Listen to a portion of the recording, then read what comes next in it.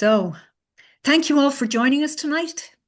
Girls and Boys has been called an impressive and immersive debut that brings a fresh voice to Irish cinema, combining intimate romance with questions of identity, memory, and societal roles. Tonight, we're joined by Donncha Gilmore in a pre-recorded Q&A.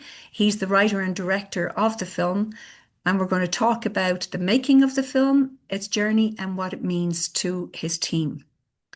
So, Donncha, really lovely to have you and thank you for allowing us to screen your film. What first drew you to tell this story? Was it an event, a feeling, a character? Yeah, I suppose for me, when it comes to writing, chasing a feeling is the best way to go about it. And to give a bit of background on the film, it was co-financed by Screen Ireland, our funding body here in Ireland. But originally, it was an independent production, which meant that myself and my producer, who's my brother, Garrod, we financed it through our own production company. And I feel like if you're going to put any money into a film, which is something that everyone tells you not to do. But if you're gonna do it anyway and ignore all advice, like you should really, really care about it, the film, and it shouldn't really be just an exercise. It should be like, no, this is a story of like that I really want to tell and I want to get it out there. So for Girls and Boys, it was a story that I first came up with when I was a student myself in college in Trinity, and so the writing of it goes back like over 10 years. I came up with this concept, these two characters, Jason and Charlie, when I was in college there in my like third or fourth year, and I just really I liked the dichotomy between them. And a lot of the emotions and experiences they were going through were based off things that I'd gone through in college and things with my friends, and things that I'd observed, and the gender dynamics that like we were, enacting every day. And so I came up with this premise, and I tried to write it back then, but it just didn't really kind of work. And I think the issue was the film was initially set in secondary school, I mean high school for Canada, and I kept trying to write it, and I just would get to the first act. I get to the first 30 pages, and I just like, it wouldn't work out. I just it stopped working, and I it wasn't feeling right, as which I would say with regards to writing, I would definitely need to feel my way through, and that's how I would know it's working. And then put it aside for years, and I would come back to it every so often, and try it again, and it wasn't working, and then put it aside again, and then something clicked when I realized that I'd just kind of met these characters at the wrong age. And once I aged them up and I put them in the age bracket that I was in when I first came up with it in my like third year of college, then the story all kind of clicked and I was able to write it and I got a great flow going and I was, the writing was really exciting. And I think it was very serendipitous because I met Leah Hannon, a year before we shot the film, who plays Charlie.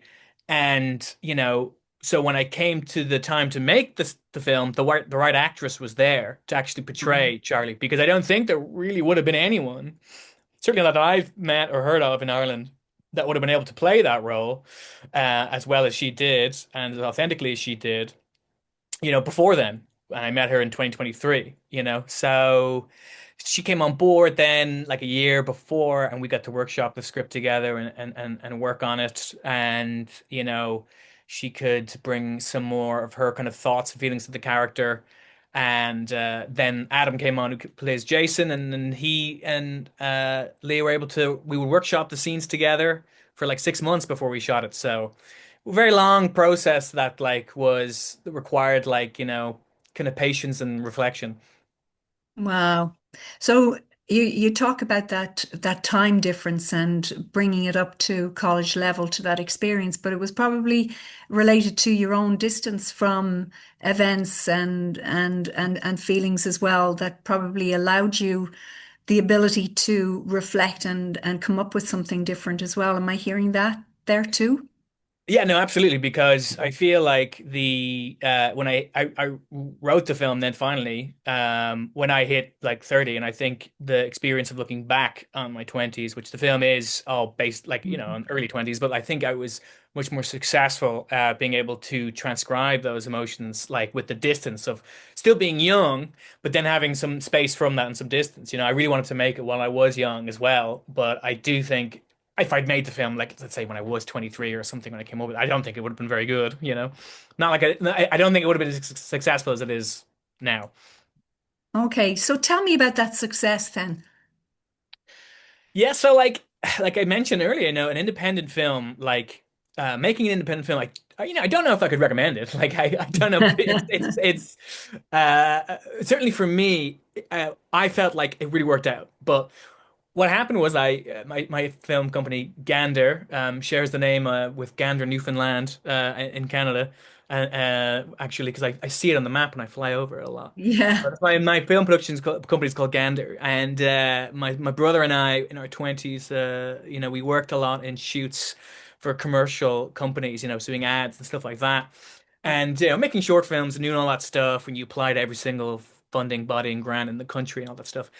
And I decided to make, an independent film because I was so inspired by people who'd done it, before me and like in a lot of the North American 90s filmmakers and stuff.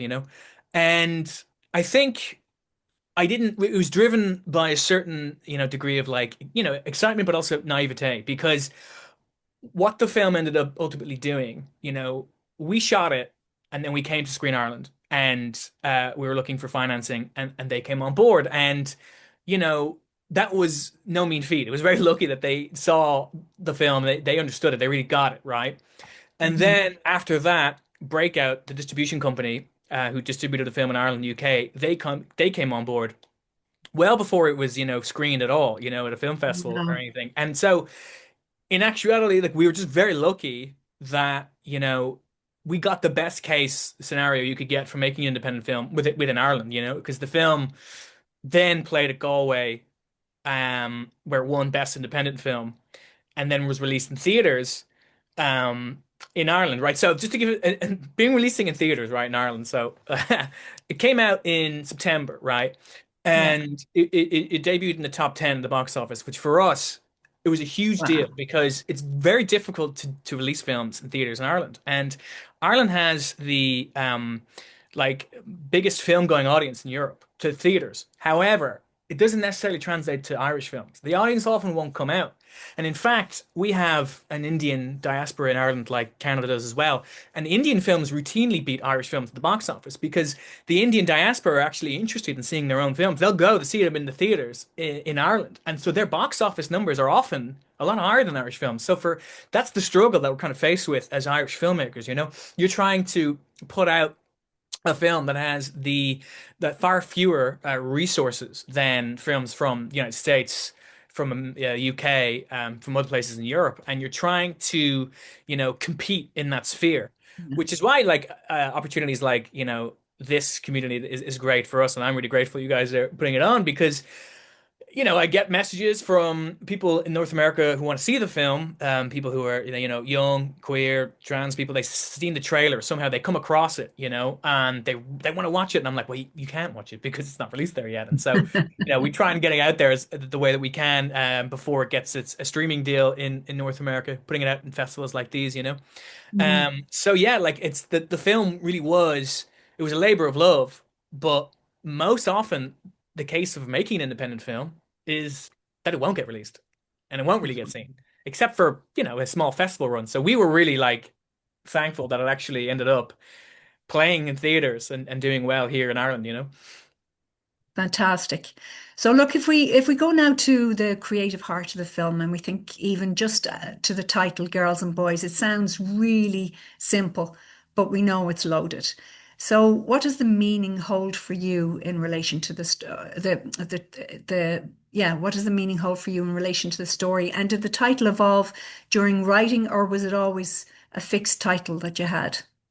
Title came when I did that update to the college setting, like I mentioned earlier. I don't Okay. specifically remember why, but it just popped up in my mind, and I thought, no, that's good. And it was, I think something with titles is once you go through a process. So, like Screen Island came on board, they give notes to the film. Breakout, the distributor, they come on board, they give notes to the film. People will mention a title if it's not work. They'll think about it, and they'll be like, "Can we have some options?" Maybe we'll throw up that someone will throw up options in an Hmm. email about alternative titles. So no one ever said anything about that. So I was like, well, the title must be fine then, because like it just never, no one ever queried it in the process from beginning to end. So like we kept it what it was. And I think it was just the simplicity of the title worked pretty well, and the fact that it was girls and boys and not the other way around, which is the more, common way I of saying, know, you know, yeah. Yeah, which yeah. confuses people sometimes. And obviously, people have called it boys and girls a lot, but like it was very specifically girls first, then boys, Why? and Why? Tell us why.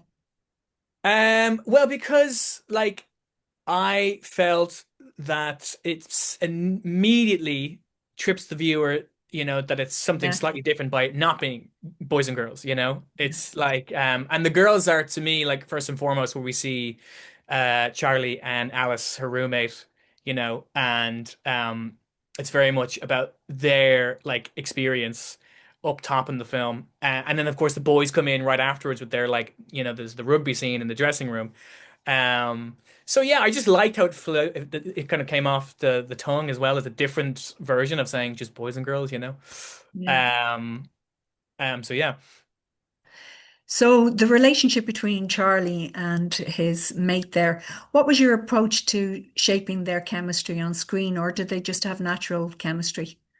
Yeah, that's a huge thing, and I think the success of the film rests on those two performers, Leah Hannon and Adam London Collery, because the film has been compared a bunch to the Before Sunrise trilogy, which was, of course, Yeah, a I was jumping going to off mention point. that. Yeah. Yeah, I mean, it's a jumping off point for the film, and I think that the chemistry between Julie Delpy and Ethan Hawke is what makes those films. And I knew that, like, there's long stretches of this film which are just these two characters, talking, and if they didn't have the chemistry, then it would be really boring and it wouldn't work. The film would just be dead on arrival, effectively. So I had to do, quite a few chemistry reads with different pairings, and well, really it was Leah and just different, choices for Jason, because that process took around 8 months, I think, of casting the entire film, Wow.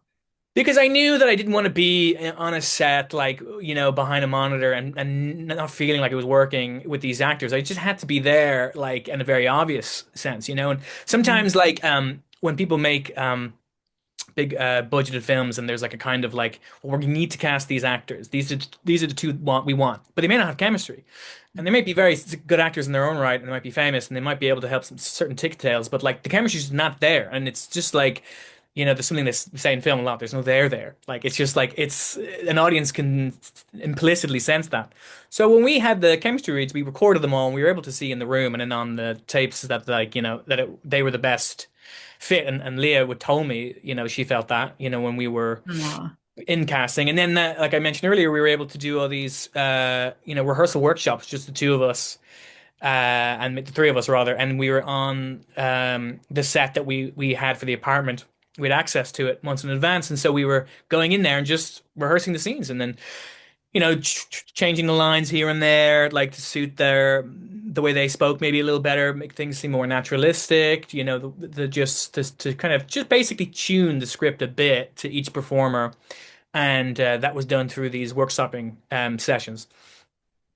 That sounds brilliant. It sounds like something that I would have called practiced improvisation, right? That's exactly what Um, it is. Yeah. yeah, beautiful, beautiful. So the next one that I'd like to hone in on is the tone, the light. You've got glowing Dublin nights to more poignant revelations. How did you balance those currents? I feel like something that was said about the film a lot when it was released here in Ireland was, oh, like Dublin looks so nice. Yeah. Like Dublin is so, 'cause, people are like Dublin is so crap, and it looks terrible and all this stuff in real life. And I disagree with that, obviously, but I think what, um, happened was Dublin kind of became known on screen maybe for a lot of gritty crime dramas and stuff. There's like very successful shows like Love Hate, or films like Intermission, or whatever maybe. Kane, another recent one. And it's like, it's very easy to film Dublin in that way, right? But, my characters were living in the Dublin that I knew, which is a really fun metropolitan European city where young people go out and drink and fall in love and have a good time, right? And these are all places that I knew in Dublin, like, that I thought, like, they looked great, but also they spoke to the characters' kind of emotions and mood, in those scenes and those moments, like people point a lot to the scene where you see the Samuel Beckett Bridge, which is lit up with these really nice animations they have on the bridge in wintertime. And that is just like in the center of Dublin. These places are there. You can go and like shoot there, and like there are also these places where people are going out a lot and on nights out and stuff. And I wanted to give a sense of the fun in Dublin, and I think that the Super 8 montage, which happens about halfway through the film, which was actually shot on Halloween night. So the film Ah, has a 3 week window of a proper shoot, with the whole crew and everything, and you got like the whole shebang. But then afterwards, Super 8 is a very idiosyncratic medium. So like I had a Super 8 camera that I'd been testing in advance, and myself, Adam, and Leah and Garrod would just go out on the streets at night and we would shoot. So Halloween night a few years back, we went and we just went to these places, that had like these businesses, for example, and you bring your like release forms or whatever, and you're like, you can make it seem like you're not shooting an actual film as well, so you can get a release kind of for free. You're like, oh, we're shooting a small film here. If I get, you mind if I come in? And it's like these places are all decked out for Halloween, and you get all these production value because the Super 8, like I said, it's a very idiosyncratic format, and it's got a lot of rich grain, and it jumps very naturally, and like it's a very forgiving camera. I find it makes everything kind of look maybe hazier, nostalgic. It has a very specific sense to it. So, I think capturing the tone of this kind of fun, like youthful Dublin, was part of the fun challenge of the film. We really wanted to do this. We wanted to make Dublin, seem quite different to how it's been done in most recent films. yeah, it's what brings it its charm as a Mhm. Dubliner for me anyway. Yeah, definitely, it's Mhm. beautiful. What about reviews so far? They praise the film's visuals and its indie charm. How have you do you watch the feedback, and has any of it been particularly meaningful? Do you feel that the reviewers really get what you were trying to do?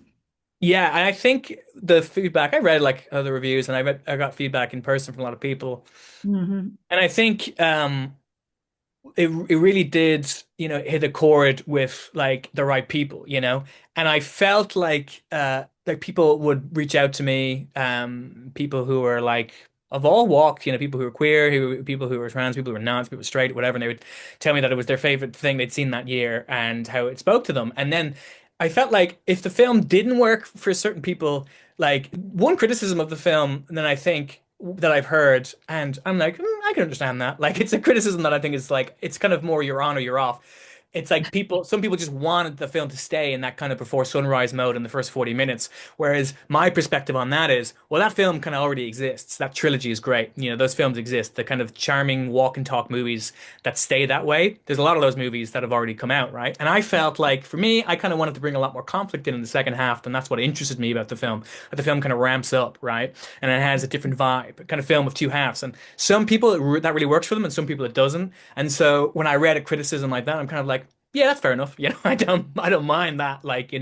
So I felt like the reviews that came out of Ireland, like they were mostly very strong, and they kind of got what we were going for, and with the praise going for Adam and Leah, which I thought was the most important thing.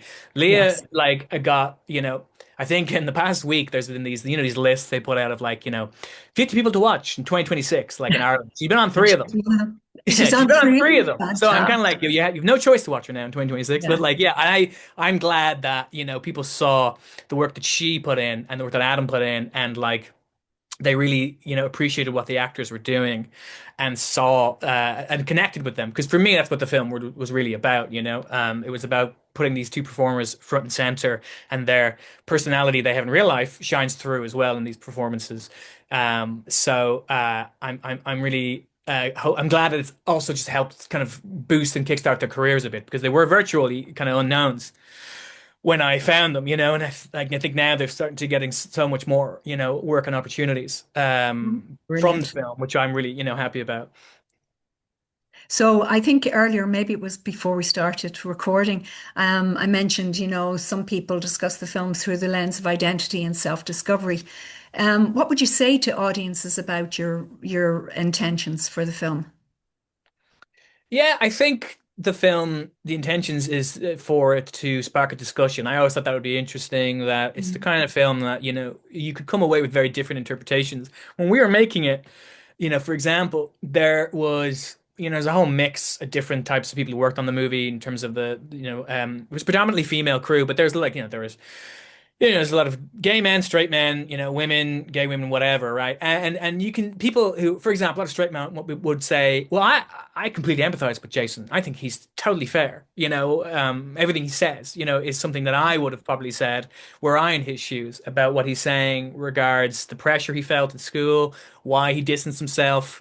I think a lot of men really understand that, and I think maybe certain other people, like I think more women would be like, no, I don't. I think he's wrong, just flat out wrong. And I think then there's women and men who are the reverse of that opinion, and I think that that's interesting. I recall like being in drama in college, right? Being in the audition to get into this to the school, and that movie had just come out, 500 Days of Summer, and there was a lot of discussion about whether or not that she was right or wrong for how she treated the man. And the men always thought she was wrong, and the women always thought she was right. And in my experience, when that movie came out, a lot of the men were like, she shouldn't have treated him that way. And I always thought it was an interesting way, for a film to spark conversation around issues of like, gender relationships or whatever. And I feel like my experience of the film coming out then in theaters is that it did do that. It did kind of spark those conversations, between people. Another element that comes out for me, the characters confront past memories and assumptions. How important was it for you to explore the unreliable nature of memory as a theme? Because that definitely comes out for me. Yeah, I think there's a whole kind of theory behind memory in that like what memory is actually you remembering the previous time you remembered it and so on and so on, and in a way, in a sense, it can be a Xerox of a Xerox of a Xerox, and things get lost then in the Chinese whispers of your own mind. Really, I definitely had experiences where people have completely misremembered things, and I've misremembered things as well or whatever, and I think it's an interesting dichotomy then for these characters to be in when they kind of you know perhaps, for example, with Jason in the way he told himself that story, well, that was the easiest way for him to live with that story. And I think that memory, does that. Like, I think most people are, we all are kind of the central character in our own life. That's how it works, our point of view. And we do things and convince ourselves of things to make things easier to live on a kind of a day-to-day basis. And I think that that's why memory, is this kind of very fickle thing. It's not like, not to be trusted for some people, I think, and I think everyone can empathize with that experience or relate to that experience rather of someone telling an anecdote where you were present and you're like, what the hell are you talking about? That did not happen. Like that is not how that went down. Um, and yet still certain small things in memory can still be very clear from when we were young, and we can actually remember them like maybe with a crystal clarity, which I feel the characters in the film are experiencing both sides of that. Yeah, and it's also a gift to be able to look back and to have that time to clear the decks, if you like. Hmm. Yeah. Okay, so the next couple of things that I was going to ask you about, I think you've kind of answer them because it was the process from script to screen. Like you say, that your office there is full of stuff because you're working on Hmm. your second Yeah. movie, and you talked about, how you worked with the actors and how that shaped some of the dialogue and whatever. Is there anything else that you'd like to add on, with a cinematographer, editors, any other collaborators apart from your brother that might have shaped how the original Yeah. idea moved? A few things I would say. My cinematographer, Fanula McCormack, she did a great job on the film, and I'm glad that she's gone. She's been pointed out or highlighted in a number of the reviews that came in Ireland as just doing like, even one review who didn't like the film. There was only one proper like negative one I think I got, and they were like, "But it looked pretty good." So I was like, "Man, you can't deny that." Like, and they pointed out her efforts, but I think she really got, the she vibed with the script from the beginning, and she understood what was, needed. And we worked together very well. And I hope to work with her on my next film too. We're talking about my next collaboration. And one other thing I'd like to just point out is Yeah. regards the music of the film, just for people, so they're aware, we wanted to highlight like a lot of up and coming young Irish acts. And, I don't know why this is. A lot of Irish films don't have a lot of needle drops, by which I mean a popular, a song being played over a specific moment. It's just not that common here the way it is in other countries. And Girls and Boys has a lot of them, and I was just like really glad that when the film came out that people were talking about that a lot. They were asking me about that, like all the song choices and such. So bands like New Dad, who opened the film, Echo North Star, Saoirse Miller, Evie, Banrian, all these bands, like they're every song in the film is Irish except for one. And I just think it helps not only it's highlighting not only the talents of these actors and everyone I worked with on the film, but the talents of like music right now in Ireland is exploding. I feel like creatively, it's kind of having a great moment. So I think that's another just cool thing with the film that it has this Irish soundtrack of these bands that are like, getting Current. bigger already, and they're very, they're Yeah. current, and they're all young people. They're mostly all in their 20s as well, and they kind of, are who the film is for and about. That's fantastic. So that'll be introducing the audience here to that as well. We don't have a huge young audience, but it's beginning to grow. So that's really good. So what's next for you then? Is this film a point of departure or does it connect with future projects? It connects to a degree. My next film is a Christmas film, like I think I mentioned to you before we started recording, Yeah. and I'm working on this idea of like Christmas, and particularly how it relates in Ireland. It's you're always kind of looking for gaps in cinema when you're working on new films, but in particular for me, I looking for gaps in the Irish, film pantheon, and I don't really feel like we have a great Irish film, Christmas film, rather. For me, I don't. I feel like the John Huston film is not really like a great film. It's an adaptation of that great book, or a novella. And then we have Small Things Like These is a really great film, but it's more like it's a really great film that happens to be set at Christmas. I don't think it is a Christmas That's film. And I'm working on something that I feel like is an Irish Christmas film that you could kind of have on every year on rotation and really examines the idiosyncrasies of Christmas in Ireland and how we experience it. So that's what I'm working on at the moment, and there's definitely connective tissue between girls and boys in terms of the relationships and the performances and the kind of romantic element as well. But yeah, hopefully I can get that But it's up and not a running. Hallmark jobby. You know what? It's not, but I did once pitch that as to someone. I was like, imagine a Hallmark Christmas film that's like really good. And so I pitched it that to someone once, and they liked that pitch. But no, it's not. It's not exactly that. Certainly, I suppose a lot more darker, I guess. But yeah, it's definitely going to be a kind of kind of a spiritual, let's say, successor to something like Girls and Boys. Excellent. So it's not The Dead and it's not Hallmark, but we're going to be surprised and delighted. So Yeah. we'll want first dibs on that, okay? Yeah. So listen, if someone walks away now from the film tonight, well, they're going to be hopefully maybe 100 people, hopefully walking away from the screening tonight, and you want them to have just one feeling to remember, what would that be? I think the feeling of the movie really is about um this kind of like nostalgia, and how it can actually come back into your life, the feeling that you thought you'd lost. Because something that Leah talked about with the film was a common experience for queer people is entering your early teens and certain friendships actually dissipating because of a divide that occurs between certain groups. And this film, it shows a rekindling of a relationship that was very strong.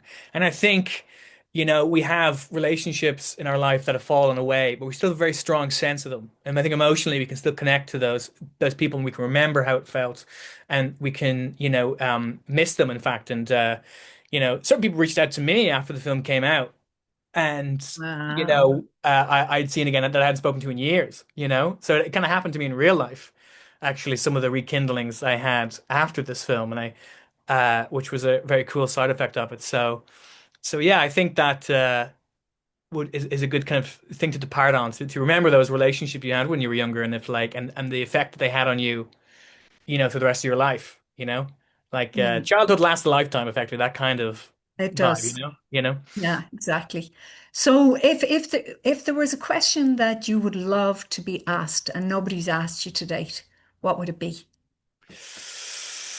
Oh, question that I would love to be asked.